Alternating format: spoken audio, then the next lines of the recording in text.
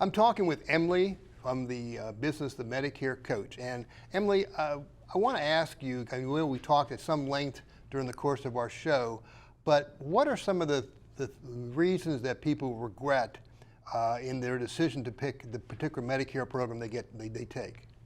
Absolutely. So after doing this for 6 years now, I think the reason why people mainly regret their decision is that they are simply assuming that Medicare is about buying a Medicare plan. So they see a commercial, they get an advertisement, and they just buy a plan that sounds good to them without realizing that Medicare is so much more than just buying a Medicare plan. There's a whole system that the government created around rules and what you can do and how the coverage works. And without really understanding the bigger picture of Medicare, people regret those Medicare decisions. And it is so easy to just buy a plan based on, again, an advertisement or stick with the company that you've always had when it comes to health insurance. But again, Medicare is so much more than that. And so by not realizing that, again, people do regret that decision. So how can they go about, making a better decision at the very beginning? What do you suggest they do? Absolutely. There are some really good resources out there. Again, we have a free workshop that does this, but understanding, number one, do you even have to join Medicare, right? And when do you have to join Medicare? Do you have other options out there that are better for you? I think number two is, what type of Medicare does your doctor accept? Doctors don't take everything, and so by understanding that is important as well. I think the third one is understanding just, again, in Medicare's insurability or guarantee issuance windows, which means that there are certain rules about the changes that you can or cannot make in the future, and not realizing that when you first join Medicare can lead to a lot of big Medicare mistakes later on. So just be informed, be your own advocate, get that right advice, that right guidance to, again, help you make the right Medicare decision, because Medicare can be fantastic when you ultimately do what's right and best for an individual. Now you mentioned, I don't want to let you go because you mentioned something about being free. So you mentioned about a free workshop that you offer people to help them with their Medicare decisions. Can you tell me a little bit about that? Absolutely. So I offer a free online Medicare workshop that walks people through the 5 steps of Medicare. It's basically a system that we figured out that people were following to make their right Medicare decision, no matter what their situation was. So for wealthy people, for people who aren't wealthy, for healthy people, for people who are sick, all across 50 states, there's a 5-step process that we've discovered that people can follow to help them easily make that right Medicare decision. And if they want to reach you, they can go ahead and contact the email address that's on the screen. Is that correct? Absolutely, or go to themedicarecoach.com and they can register right there for that free workshop as well. Emily, what are some of the common mistakes people make in selecting their Medicare or Medicare Advantage plan?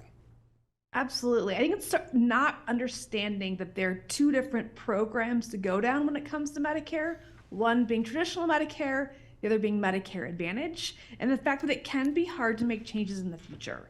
And so by not understanding that, or even understanding that your doctors don't take all Medicare plans.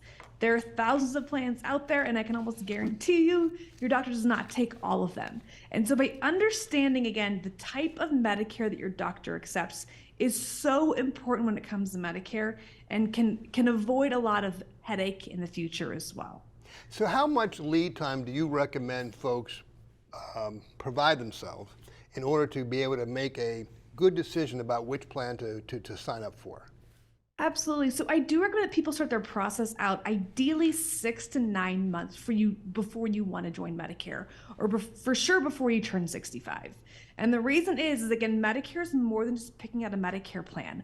We want to make sure that you're joining Medicare at the right time. We want to understand, do you have to switch doctors before you join Medicare? Are there medications changes that should be made? And by starting that process out 6 to 9 months in advance, we can actually be thoughtful and strategic when it comes to Medicare to both make that transition easy, but to also save the individual money. So Emily, there's a window, during the fall in which people can jump into Medicare, Medigap, all those different types of plans. But I tell you, I'm 65. Okay, I know I don't look it, but the stuff in the mail can be overwhelming. How do people figure out what to do with all that stuff, and what should they do with all that mail they're getting? Yeah, good question. I think the one thing to know is that Medicare should not be emailing you or sending you letters. unless they're sending you either a bill or they're sending your Medicare card. So most of the stuff you're getting in the mail is kind of noise per se. I know that there's certain letters out there that if you're on an employer plan, they'll say make sure you still have creditable drug coverage out there, or they might say things like I don't know. There's other things that the government sends you, but most of the stuff that you get in the mail you can actually kind of ignore and throw away. So again, the marketing's gotten really good from insurance companies in terms of sending you out things that look like they're from the government. You can always take a peek at that, but most of them are going to be telling you maybe the new 2023 drug plan changes. They might be telling you again that your medication's been dropped or a pharmacy's been changed. So there's certain details in there, but most of the stuff that you're going to be getting in the mail is going to simply be advertisements. Because again, from October 15th through December 7th, you can change your Medicare Part D as well as your Medicare Advantage plan. So it's worthwhile to open up mail, but most of it you can probably instantly put in the trash. Again, there's a lot of noise and they somehow all have your address to send you all those details. So it can be overwhelming, but again, there shouldn't be that many important things in there.